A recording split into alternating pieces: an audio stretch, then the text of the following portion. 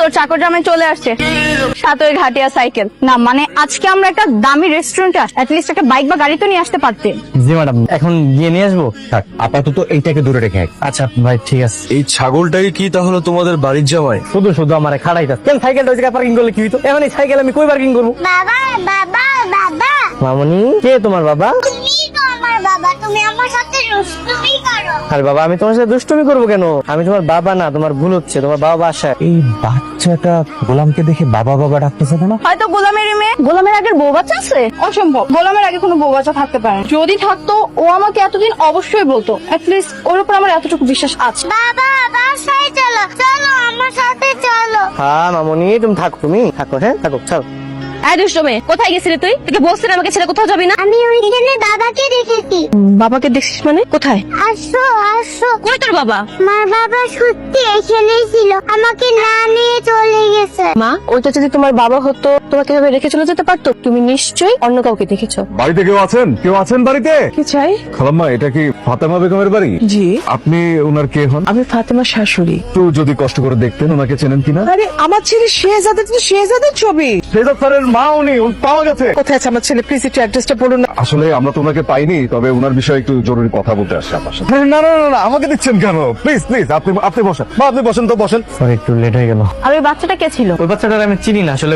আমার দেখে বাবা বাবা বলতেছিল। আসলে বাচ্চা পোলাপান তো, হয়তো বা ওর বাবার সাথে আমার ফেসের মিল আছে, এই আর কি। তোমরা আজকে হঠাৎ করে এই গরিব ফকিন্নিটাকে রেস্টুরেন্টে আনতে গেলে কেন? আমার বাবার ইচ্ছে, সে চায় তার এই ছোট লোক জামাই যাতে একটু স্মার্ট হয়। ঋতু, কাককে যতই ময়ূরের পেখম লাগাও না কেন, কাক কিন্তু কাকই থাকে। তোমার এই ফকিন্নি জামাই অন্তত আর যাই হোক আমাদের ক্লাসের কোনোদিনও হবে না। কিন্তু কি আর করার, সবই তো বাবার ডিসিশন।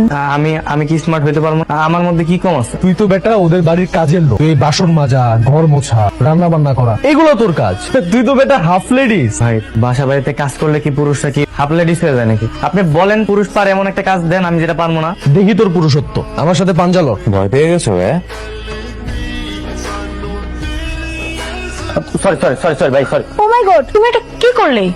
আমি বুঝতে পারিনি, সরি। ওরা খুব বীর পুরুষ, আমাদের সব খাবারের বিলও দিবে। আজকের বিলটা তুমি দিয়ে দাও। আমি কেমনে বিল দিব? আমার কাছে তো টাকা নেই। তোর কাছে টাকা নেই তো আমরা কি করবো? টাকা না থাকলে সমস্যা নাই তো, এখানে বাসন মাজার ব্যবস্থা আছে। আপনাদের বিল হয়েছে ৯৫০০ টাকা। এত টাকা? ভাই, আমার কাছে ৬০০-৭০০ টাকা আছে। করবো না ৬০০? এই আপনার কি মাথা ঠিক আছে? আপনার কাছে টাকা নেই তো আপনি রেস্টুরেন্টে খেতে আসছেন কেন? চুপচাপ টাকা বের করেন, না হলে কিভাবে টাকা বের করতে হয় সেটা আমি ভালো করে। এই আপনি দাঁড়িয়ে আছেন কেন? টাকা বের করেন। হ্যাঁ চুপ, কথা কানে যাচ্ছে না আপনার? কি হয়েছে এখানে স্যার? কোনো সমস্যা স্যার? সরি স্যার, ও বুঝতে পারিনি স্যার, আপনাকে চিনতে পারিনি স্যার। সরি, ওর হয়ে আমি ক্ষমা চাচ্ছি স্যার। ক্ষমা চাও। কি বলছেন? এই সামান্য ছোট লোকের কাছে আমি ক্ষমা চাইবো, যে কিনা রেস্টুরেন্টের বিল দিতে পারছে না?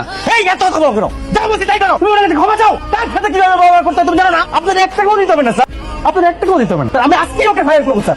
ঠিক আছে, কোনো টাকা লাগবে স্যার, আপনি জানেন স্যার।